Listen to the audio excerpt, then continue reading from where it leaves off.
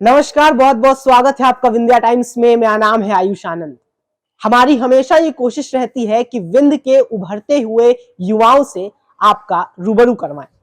आज हमारे साथ एक ऐसे ही खास युवा है, अजय कैला है, जिन्होंने ना केवल रीवा को, विंध्य को, मध्य प्रदेश बल्कि देश को मार्शल आर्ट्स कराटे में इंटरनेशनल लेवल पर प्रेजेंट किया है, रिप्रेजेंट किया है और कई सारे मेडल्स अपने नाम किए हैं। अगर मैं इनके मेडल्स की फहरिस्त गिनना शुरू करो तो बहुत लंबा वक्त बीत जाएगा। अभी हमारी चर्चा हो रही थी, इसलिए मैं नहीं चाहूंगा कि उनकी मैं गिनती करूं, क्योंकि बहुत सारे गोल्ड मेडल्स इन्होंने जीते हैं। तो अजय कैला, आपका बहुत बहुत स्वागत है हमारे। Thank you so much Ayush ji, आपने मुझे बुलाया यहाँ पे। तो सबसे पहला सवाल मेरा ये है कि मार्शल आर्ट्स क्या है? मार्शल आर्ट्स जी, मार्शल आर्ट कोई एक स्पेसिफिक खेल नहीं है। मार्शल आर्ट्स कई सारे गेम्स जो भी आप सुनते हैं, कराटे, जूडो, ताइक्वांडो, ये सारे के सारे जो खेल हैं वो मार्शल आर्ट्स के अंतर्गत आते हैं।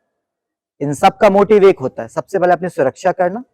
और कभी भी ऐसी परिस्थिति बनती है जब आपको कोई परेशान करता है या परिस्थिति आपके हिसाब से नहीं होती, अपनी और अपने साथ वालों की आप रक्षा कर सकते हैं, तो वो मार्शल आर्ट्स कहलाते हैं। और एक और कंफ्यूजन जो हम हमेशा बोलने में एक गलती करते हैं कि कराटे नहीं होता, क्या होता है? कराटे होता है। सही प्रोनाउंसिएशन जो होता है वो होता है कराटे। बेसिकली जो हमारा कराटे है वो दो शब्दों से मिलकर बना है, करा और ते। दोनों का अलग अलग मतलब होता है। करा का मतलब होता है खाली और ते मतलब होता है हाथ। ऐसा आर्ट जहां आप किसी भी वेपन, किसी लाठी, डंडा, स्टिक, किसी चीज का भी यूज नहीं करते, अपने हाथ पैरों को इतना ट्रेन करते हैं कि कभी भी कोई ऐसी परिस्थिति आती है तो आपके हाथ पैर एज अ वेपन काम करते हैं और अपना आप बचाव कर पाते हैं उस परिस्थिति में। ये होता है कराटे। रीवा से इंडोनेशिया, इन्होंने हाल ही में एक इंडोनेशिया में भी गेम खेला है, तो रीवा से इंडोनेशिया तक की ये जर्नी कैसी रही आपकी?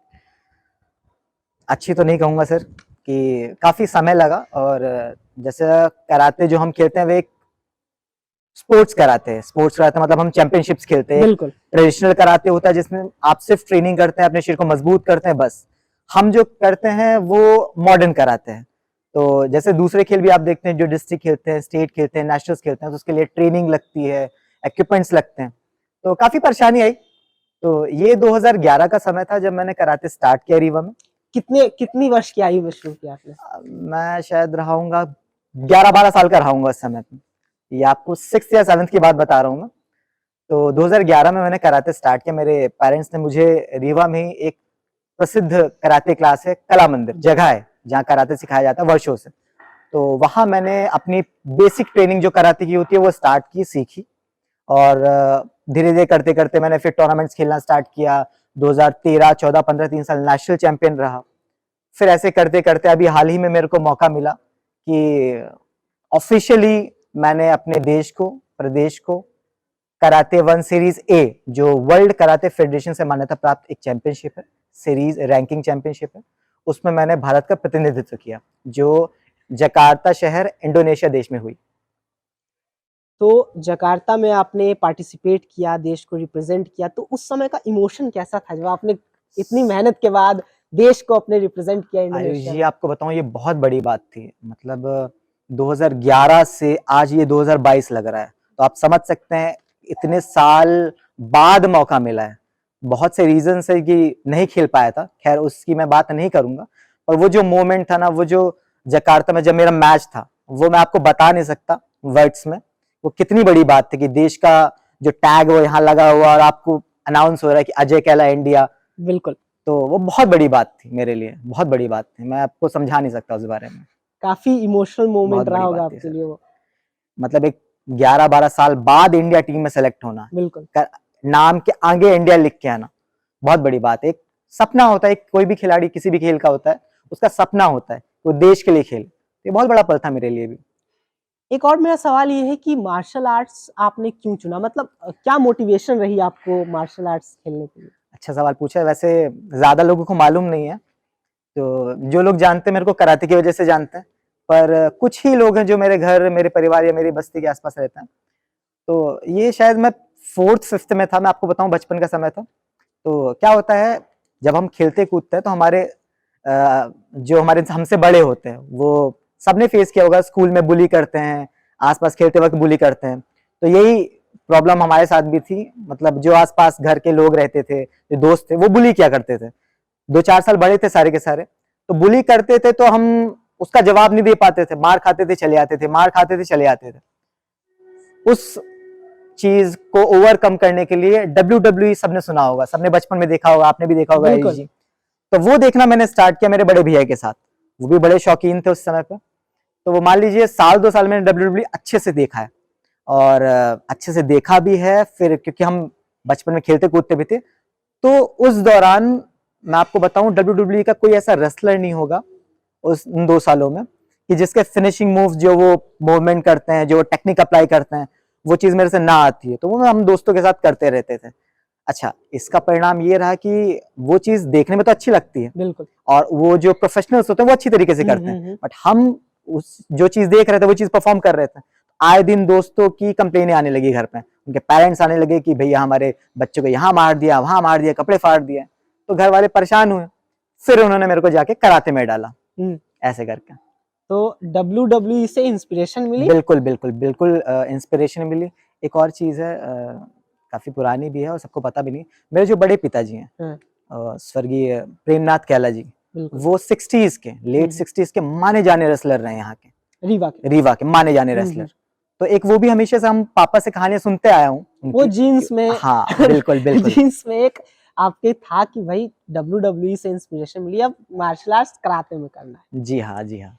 तो अब मैं ये पूछूंगा कि सपोर्ट, मतलब घर वालों से हालांकि सपोर्ट मिला होगा, जब आप रिजल्ट्स देखते हैं माँ बाप तो सपोर्ट मिलता है। तो आपके कोचेज, आपने यहाँ सीखा, यहाँ आपने अच्छा खासा समय दिया है सीखने में, तो यहाँ की स्थिति क्या है? क्या यहाँ वो उपकरण मौजूद है या वो सुविधाएं आपको मिल रही है? यहाँ के जो प्लेयर्स है कराटे के, उन्हें वो सुविधाएं मिल रही हैं? आपसे सच बोलूं तो सर, रीवा में क्रिकेट को छोड़ के ऐसा कोई खेल नहीं है जिसकी प्रॉपर ट्रेनिंग होती हो, प्रॉपर कोचेज हो, और जो सुविधाएं क्रिकेट जैसे खेलों को मिल रही हैं हमारे डिस्ट्रिक्ट में, आसपास डिस्ट्रिक्ट में, वो सुविधाएं हमें मिलती हैं। बिल्कुल। तो ये बड़ा कारण है कि रीवा में हम लोगों ने मेहनत तो जरूर की है, पर जितने भी अच्छे खिलाड़ी हैं जो हो सकता है बहुत आगे तक जा सकते हैं, वो कहीं घर में या छोटे छोटे इंस्टीट्यूट्स में सिर्फ दबे रह जाते हैं। ना उनके पास एक्सपोजर है कि ऐसे टूर्नामेंट्स खेल सके, ना ऐसी ट्रेनिंग है, बिल्कुल, ना कोई स्पॉन्सर्स है उनके पास। तो बहुत से रीजन है कि हमारा जो रीवा है इन सब चीजों में पीछे, क्रिकेट को छोड़ के। क्रिकेट एक स्पोर्ट्स सिर्फ क्रिकेट नहीं है, इनके कहने का मतलब यही है, और हर स्पोर्ट्समैन का यही ख्वाहिश होती है, चाहे वो कोई भी स्पोर्ट्समैन हो, वो क्रिकेटर हो या कोई फुटबॉलर हो या कोई अगर कराटे करते हैं, तो उनकी यही ख्वाहिश होती है कि केवल एक स्पोर्ट्स को बढ़ावा ना दिया जाए। क्रिकेट ही एक स्पोर्ट्स नहीं है, और भी स्पोर्ट्स है, और हमारे देश की ये समस्या भी है कि लोग एक स्पोर्ट, सिर्फ क्रिकेट को ही, क्रिकेट में ही भगवान ढूंढ लेते हैं, क्रिकेट को ही अपना सब कुछ मान लेते हैं, और अन्य जो स्पोर्ट्स है उन पर ध्यान नहीं जाता है। लेकिन हालांकि कुछ युवा हैं इनके जैसे, अजय कैला जैसे, जो हर क्षेत्र में अपने स्पोर्ट्स को बढ़ाने का कोशिश कर रहे हैं। वो सरकार से उन्हें सपोर्ट मिलने की बहुत जरूरत है, और क्षेत्रीय स्तर पर भी जो नेता हैं, जो रिस्पॉन्सिबल लोग हैं, उन्हें इनकी मदद करनी चाहिए। और एक और चीज मैं आपसे बोलना चाहूंगा, आपने बताया कि आप एक गवर्नमेंट एम्प्लॉय भी हैं साथ ही। जी हाँ, मैं पोस्ट ऑफिस डिपार्टमेंट में नौकरी करता हूँ। मैं जीडीएस हूँ, एक कैडर होता है पोस्ट ऑफिस डिपार्टमेंट का, जीडीएस। तो मैं फिलहाल में पदस्थ हूँ माऊगंज में, अपने जिले के पास एक टाउन है माऊगंज, तो वहाँ मैं पदस्थ हूँ एज अ जीडीएस जी। तो पोस्ट ऑफिस और फिर कराटे कैसे मैनेज कर लेते हैं? सर कराटे कह लीजिए मेरा पैशन, प्रोफेशन, सब कुछ मेरा कराटे है। बिल्कुल। तो मेरा ऐसा है कि मैं 9 बजे निकल जाता हूँ यहाँ से घर से, और शाम को मेरा फिक्स है, कुछ भी हो, ठंडी हो, बरसात हो, दोपहर हो, 5 बजे के पहले पहले रीवा आना होता है, तभी मैं जाके शाम को अपनी ट्रेनिंग कर पाता हूँ अपने इंस्टीट्यूट जाके। आपने बताया मुझे कुछ देर पहले कि आप मार्शल आर्ट्स करते हो, आप कराटे करते हो, आप पेंचक सलाट भी एक गेम है, उसके बारे में भी ये बताएंगे। तो कितने तरह के आप फॉर्म्स जानते हो टोटल? फिलहाल जानने की बात करें तो मेजर मेजर जो गेम है, मेजर जो आर्ट है, वो मैं कराते जानता हूँ, क्योंकि कराते मेरा मेजर गेम रहा है हमेशा से। 2021 से मैं पेंचक सिलाट, जो एक इंडोनेशियन मार्शल आर्ट है, रिकॉग्नाइज स्पोर्ट है, वो मैंने करना स्टार्ट किया है, और 2021 और 22 का नेशनल चैंपियन भी हूँ, तो वो मैं बहुत अच्छे से जानता हूँ। इसके अलावा आप सिर्फ टूर्नामेंट्स की बात करें तो कॉलेज लेवल पे मैंने 3 साल जूडो भी खेला है, स्कूल में मैंने विशु भी खेला, मैंने ताइक्वांडो भी खेला है, ऐसे छोटे छोटे गेम्स मैंने खेले हैं। बट मेजर आप मेरे से बात करेंगे तो मैं पेंचक सिलाट और कराते, ये दोनों मेरे मेजर गेम जिसके बारे में मैं अच्छे से जानता हूँ। कहने का मतलब यही है कि इनके साथ रहिए, सेफ रहिएगा। बहुत सारी विधाएं इन्हें आती है, मार्शल आर्ट, पेंचक सलाट, मतलब जिनके नाम आमतौर पर हम नहीं जानते हैं। वही है कि आप इनके साथ रहिए, सेफ रहिएगा। और एक और बात है, ये शिक्षक भी हैं, शिक्षक पढ़ाते हैं लेकिन कराते पढ़ाते हैं, उसके बारे में बताइए। जी हाँ, मैं कराते भी सिखाता हूँ, जैसे कि मैं कर तो रहा हूँ कराते, पर वही बात है ना, फाइनेंशियली इंसान को बहुत सी प्रॉब्लम्स आती हैं। आप ट्रेनिंग कर रहे हैं, अच्छी बात है, बहुत अच्छे प्लेयर, अच्छी बात है, पर टूर्नामेंट्स खेलने के लिए आपको पैसे चाहिए होता है। और बहुत बड़ी प्रॉब्लम है कि हमें गवर्नमेंट की तरफ से किसी भी तरीके की कोई हेल्प मिलती नहीं, तब तक नहीं मिलती जब तक हम मेडल नहीं मारते। मेडल मारने पर ही हमें स्कॉलरशिप जैसी चीजें मिलती हैं। उस टाइम तक हम क्या करें, या तो वेट करें कि कोई स्पॉन्सरशिप मिले, तो हमारे जिले में ऐसे कोई स्पॉन्सरशिप मिलती नहीं। उसी के लिए मैं कराटे भी सिखाता हूँ अपने बच्चों को। लैंडमार्क के पास मेरा इंस्टीट्यूट है, वहाँ कराटे सिखाता हूँ, बड़ा मजा आता है सर। पैशन है मेरा सिखाना कराटे। क्या मतलब नाम है ऐसे आपके इंस्टीट्यूट AK वॉरियर्स एकेडमी। अच्छा, जी, तो कितने स्टूडेंट्स हैं लगभग? अभी मेरे पास 20-25 स्टूडेंट्स हैं टोटल। कब से कर रहे हैं आप, कब से सिखा रहे हैं? सिखा तो सर मैं बहुत टाइम से रहा हूँ, मैं 2015 से सिखा रहा हूँ। ऐसे कोई इंस्टीट्यूट नहीं था उस समय पे मेरे पास, स्कूल्स थी, उस स्कूल्स में जाके ट्रेनिंग दिया करता था। फिर थोड़ा सा गैप आया, फिर जब मेरी जॉब लगी उसके बाद मैंने इंस्टीट्यूट स्टार्ट किया, और रेगुलर अभी मैं ट्रेनिंग करा रहा हूँ बच्चों को। जी हाँ। तो अब नेक्स्ट क्या है? आपने नेशनल्स खेल लिया, अब नेक्स्ट? सर जिस टाइम पे मैं नेशनल चैंपियन बना था 2013, उस दिन से एक ही मेरा एम, वो है ओलंपिक्स में रिप्रेजेंट करना और मेडल लेना। वो पहला और आखिरी एम है मेरा भी, तो उसके लिए ही लगा हुआ हूँ मैं। पर उसके लिए फाइनेंशियली बहुत प्रॉब्लम्स होती हैं, क्योंकि पहले क्या होता था, पहले नेशनल चैंपियन बनते थे फिर आपके रास्ते खुल जाते थे। बिल्कुल। आज की डेट में सिर्फ नेशनल चैंपियन बनना बड़ी बात नहीं है, आपको नेशनल चैंपियन बनने के बाद भी बहुत से इंटरनेशनल टूर्नामेंट खेलने पड़ते हैं। उन इंटरनेशनल टूर्नामेंट बेसिस में आपकी रैंकिंग बनती है, और जब आप रैंकिंग लाते हैं, टॉप 30 टॉप 20 रैंकिंग में लाते हैं अपने आप को, तब जाके कहीं ऐसे टूर्नामेंट्स में आप परफॉर्म कर सकते हैं। बिल्कुल। ये प्रॉब्लम। तो एशियन गेम्स या फिर इन सब चीजों को, इन गेम्स को खेलने के लिए फाइनेंशियल सपोर्ट बहुत इंपॉर्टेंट है, बहुत है, क्योंकि इंपॉर्टेंट है। इंटरनेशनल आप जाते हैं, कोई स्पॉन्सरशिप नहीं मिलती, नहीं खासकर मिलती। कराटे की अगर बात करें, क्योंकि अन्य स्पोर्ट्स जैसे बैडमिंटन है, हॉकी है, तो वहाँ इंडिया की उसकी के लिए मानसिकता एक अलग है। जी जी। लेकिन कराटे को लोग उस तरह से नहीं देखते। नहीं ट्रीट एक और डिबेटेबल बात है कि कुछ लोग कहते हैं कि कराटे जो है वो भारतीय स्पोर्ट नहीं है। इस पर आप क्या कहना चाहेंगे? सही कह रहे हैं आप, एकदम सही है। क्या था, जो हमारा कराटे है, जो जैसे आप जान रहे हैं, बिल्कुल। वो पहले साउथ साइड में इसको कलरी पैतू कहते हैं, ये आज भी है। कलरी हमारा आर्ट है, जो आगे जाके जापान चाइना में जब पहुंचा तो वहां वो कराटे बना। पर रिटर्न में हमारे पास कोई भी ऐसे प्रूफ्स नहीं है कि जो कराटे है वो आपका इंडिया का है। जो भगवान गौतम बुद्ध थे, उन्होंने ये आर्ट स्टार्ट किया बचाव के लिए, रक्षा के लिए अपने, और इंडिया में बहुत टाइम तक उन्होंने किया, सिखाया। जो हमारे संत महात्मा होते थे अपने बचाव के लिए, उनको सिखाया। धीरे करते करते नेपाल गए, चाइना गए, फिर जापान जाके वो वहीं रह गए। तो क्योंकि वो उनके पास रिटर्न में प्रूफ है, उन्होंने पब्लिश किया या फिर दुनिया को बताया कि हाँ कराटे जो है वो हमारा है, जापान का। इसलिए वो जापान का, हम भी जानते हैं, आप भी जानते हैं कि कराटे खेल जापान का है। रिटर्न में प्रूफ मांगेंगे तो हमारे पास नहीं, इंडिया के पास कोई भी ऐसा प्रूफ नहीं है कि जो कराटे है वो इंडिया का है। और जो हमारे एंसेस्टर्स हैं वो जरूर कहते हैं कि हाँ है, बट रिटर्न में प्रूफ ना होने की वजह से जापान कहते हैं कि उसका गेम है ये। तो कराटे आप लगभग 11 साल से ज्यादा टाइम से जी कर हाँ, रहे हैं, 11-12 सीख रहे हैं साल हो मार्शल चुका है। आर्ट्स। तो आप किसे अपना मतलब देखते हैं, किससे सीखते हैं, कौन आपकी इंस्पिरेशन है इस क्षेत्र में? जब मैंने स्टार्ट किया था तब तो आपको बताया मैंने, रेसलिंग या ऐसा था। बट जब मैंने प्रोफेशनल 2 या 3 साल मेरे बीते, तब ऐसा कोई हमारे पास वो नहीं था, क्योंकि क्लासेस में 2 4 5 बच्चे आते थे, तो ऐसा कोई था नहीं जिसको सामने देख के ट्रेनिंग करे। बिल्कुल। तब सतना के एक बड़े अच्छे सीनियर है मेरे, उन्होंने ऐसे ही बात करते करते किसी एक खिलाड़ी का नाम लिया वर्ल्ड लेवल के, तो वो नाम मैंने आके यूट्यूब में सर्च किया और यूट्यूब में सर्च करने के बाद उसी को मैंने अपना इंस्पिरेशन मान लिया। रफाएल अघाएव जो हैं वो अजरबैजान देश के हैं, और जो कराटे करता है किसी भी देश में किसी भी कोने में करता है वो उसको जानता होगा। जैसे आप क्रिकेट में सचिन तेंदुलकर को मानते हैं, वैसे ही कराटे के क्षेत्र में सचिन तेंदुलकर है रफाएल अघाएव, तो वही मेरे इंस्पिरेशन है तब से आज तक, रफाएल अघाएव।